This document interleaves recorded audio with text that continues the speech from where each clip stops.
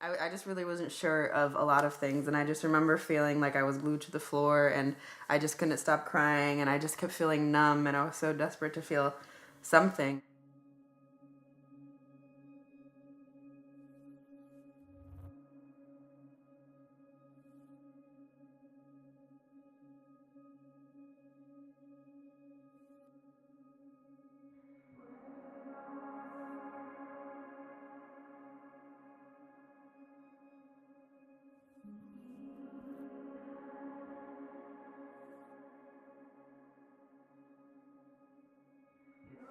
My name is Jessica Mathew. Everybody calls me Essie.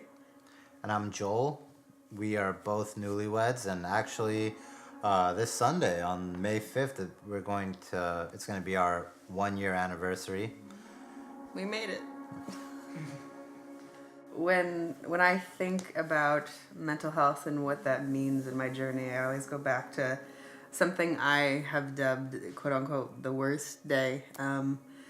And I remember it was a Friday, and Joel had to work with the youth, and so I was in the car, and I dropped him off, and then I remember I had to drive into Brooklyn for a party, and I call it the worst day, but nothing bad had happened up until that point. It was a normal whatever day, and he had gone to work, and then I remember driving to this party that my school was throwing, and I just remember feeling like my chest was getting heavier and I didn't know why, and everything was making me freak out for seemingly no reason. And I got to the party and I just can't stop crying.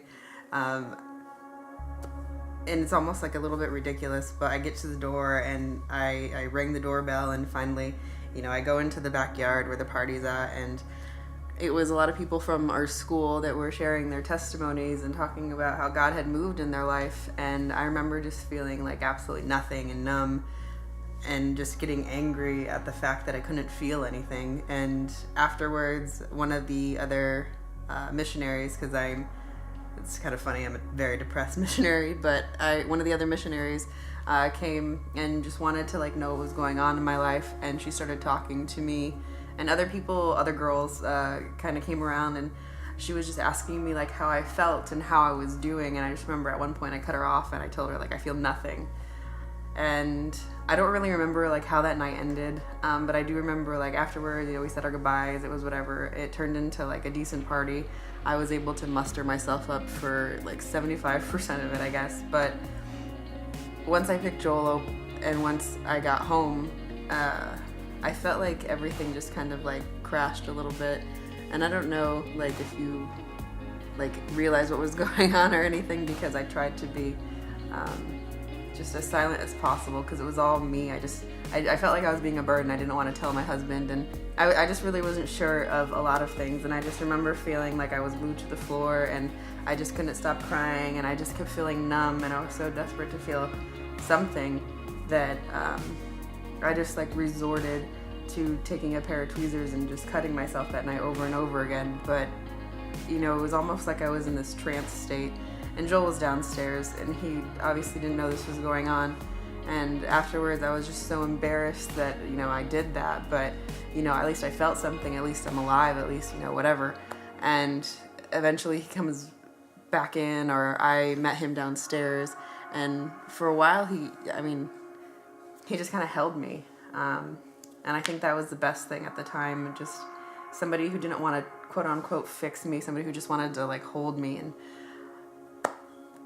eventually, I said, I think that I need help, because once it got to this point, I was I don't know how far I'm going to go. I was afraid of myself and afraid of being alone, and I didn't want everything to rest on him. And so that night, I just remember sitting in our room and being on the phone and calling the hotline, and it didn't take long, but after a few minutes, the woman on the other end said, I highly advise that you go to the emergency room. And so I did, and it wasn't the first time I've been to a psychiatric unit. It wasn't the second, and it was the third. But I think the hardest part that entire night was being separated from you, because they kept you in the waiting room, and they sent me back And so I just remember like willingly giving over my rights in order to try to feel better. So I gave over my cell phone and my clothes and all these other things, and I traded them in for those stupid like sticky socks that don't fit anybody in scrubs. And I remember going into the other door, and like when the doors slam behind you, you can't open them. It's almost like the people who are in this area, they can't go out. And 1 hour passes, 2 hour passes, 3 hours pass, and I'm not really, getting seen, and I don't really feel like I'm getting help. And a lot of things were happening around me that were making me more nervous. And, I'm kind of sitting on this mattress on the floor because you can't have everything. And I wanted to shut the door because I wanted to get some sleep. But, because of the reason that I was there, they wanted the door open. And, I just realized that if I'm going to get help, do I need to like give up all my rights? Do I need to like be so vulnerable and embarrassed? And, at the same time, you were in the waiting room and you were asking people about, what's going on. And it was really, I think, scary. I assume it was scary for you. It was scary for me. But like nobody was really communicating to either side what was going on. So both of us are separated, and I'm still freaking out. And at one point, I sort of just was like, okay, I'm just like at the absolute end of everything. And for me, while being depressed, I didn't feel the Holy Spirit's presence for like 3-4 years, I felt like. And that night, I remember being so at the end of myself and being separated from the person that I love. I just started, just begging God. And at one point, I just remember being alone, because it took me like, I think 8 hours to be seen or something like that. I just remember being alone in the room and just feeling like God's presence surrounding me. And finally the doctor comes in and he starts asking me, and he's like, oh, I want to check your arms just because that's like protocol. And so I remember stretching out my arms and I saw like my wedding ring, and I had all these feelings of like self-deprecation and like nobody loves me and stuff. And I'm just like, okay, well, duh.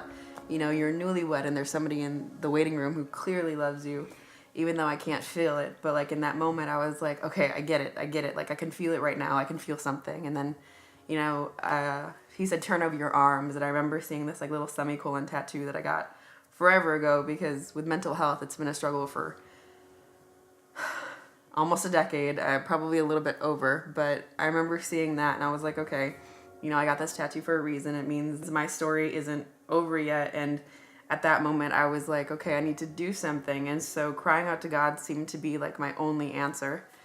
And ultimately, I think after that I got like the courage, and I borrowed a phone, and because I didn't have my cell phone, of course, and so I borrowed a phone, and I was able to get a hold of my husband in the waiting room, and we were able to talk. And I think that gave me a little bit of peace, just to like hear your voice, even though I was like being locked away and stuff. But at the same time, it like kind of made me a little more anxious, and it made me like more desperate for help, because I was like, why am I here for so long? Like, why am I separated from my husband? How come nobody's seeing me? And I think that at that moment I realized that like now more than ever, it's just me and Jesus, because I didn't really feel like the doctors were for me. I didn't really feel like the nurses were for me. I had been crying out for help and going into this place on my quote unquote worst day, but I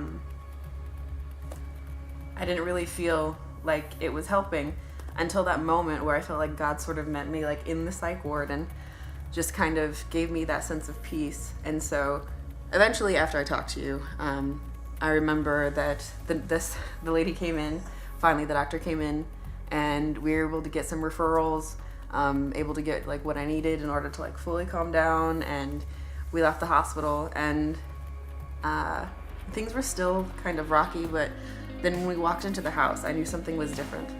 I felt like the presence of the Holy Spirit that I felt when I was in that psychiatric unit was even like thicker in the house, and it was like the house was almost buzzing. And I found out that I had been so afraid to tell anybody that I'd been struggling with my mental health or whatever. But that night, obviously, like I'm leaving the house in the middle of the night, people are going to notice that I'm gone. And so in the middle of the night, people, and when I say people, I mean my in-laws, they started to pray for me, and they felt really led by the Holy Spirit. And I don't know, maybe that's the same time that I felt the Holy Spirit, like when I was in the hospital. But something happened that night when I was at the end of myself, and I realized that I really needed to cling on to God harder than I ever had before. And maybe it's medical, maybe it's spiritual, maybe it's both. But for the first time in a very, very long time, I remember going into the bathroom and I wanted to listen to Christian music for once, which is weird because I don't I don't like Christian music. But I remember going into Spotify and Lauren Daigle's new album came out, and I was like, okay, I need something to help me come down from this experience because, it's like 6 o'clock in the morning now and I'm still high strung, and I just wanted to sleep. And so I found this song of hers called Rescue, and I felt like everything that I had experienced that night in the psych ward, the hospital, whatever you want to call it, whatever name you want to give it, and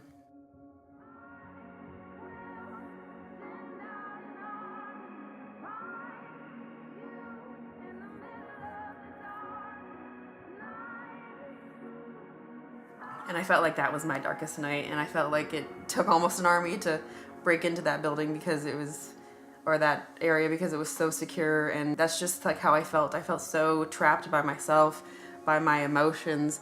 I felt trapped and imprisoned, like away from my husband, away from my family and everything. But God did a miracle, and I think that he allowed me to feel something that night, and that something was like a little bit of hope to keep me going. But I had a really good week after that. I think we talked a lot about just, I guess, what I needed and being open and honest with my husband, because sometimes it's not easy to tell your spouse that, today I think I want to die. It's not easy, to tell somebody who loves you, and you love back, that's just a thought. It's very difficult. But I think that sort of vulnerability and honest conversation, I think that we were able to get, allowed me to get the help that I needed that day. And it was still a struggle because after a while I got like new prescriptions from that, and I ended up being on like 5 different medications, and this medication has a side effect and that medication has a side effect, and so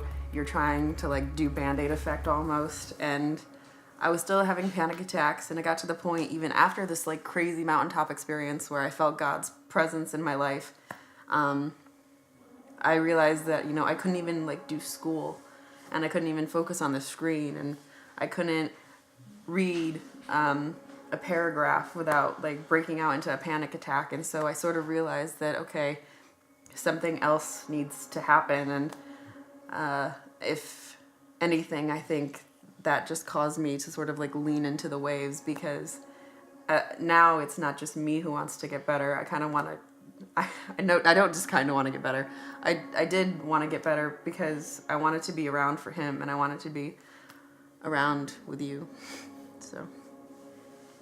Yeah, for, on my side of things, I remember that day, and it's very scary, especially being in the hospital over something like mental health, because there's this type of mentality inside there where you think that if you go in for something with mental health, especially something like self-harm or suicidality, what ends up happening kind of is they don't really take your word the same way they would prior to knowing that. So we were kind of scared that, they took you away, they separated us. Mm-hmm. That whole thing was like 6 to 8 hours, no communication, and that they're not listening to you because they're just like, well, she doesn't know what she's saying.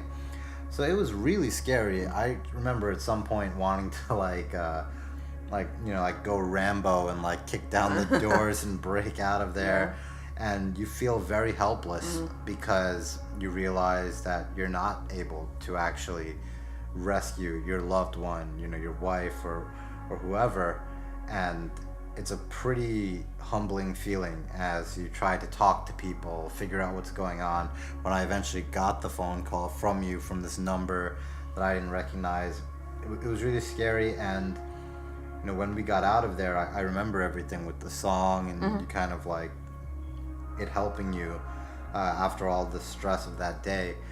I think one of the hardest things about it as well is that if you're spouse or relative or loved one or friend is dealing with something like a panic attack, from something like depression or trauma, things don't often make sense. So I'm like a big rationalist type of, trying to explain things, clarify things, why it's not so bad as it may seem. And it doesn't matter how true that is, because those things don't really take effect when you're dealing with something like a panic attack. So I remember, the process of going through it, it's not as easy as you would imagine it to be, but little by little there has been so much improvement. And like you mentioning my parents praying, and people counseling you and helping us, and just spending more time with God really made a difference in a way that you'd just be surprised how much of a difference it made compared to the 5 medications that they had given you. Right. And that's not to say that everyone should shun medication or anything like that, but in our case at least, and that's the other thing, is that every case is so different and unique of this, that you can't really look towards one person and say, well, that's exactly how I'll deal with it, or this is exactly what I'll do. But what you can do is you basically meet other people who have dealt with it, and you get little bits of help that you apply into your own life, and eventually you kind of find your own mix, it seems like. Yeah, for sure. The hardest part, like, within all that is that if you truly want to get better, I think you have to allow yourself to be vulnerable enough.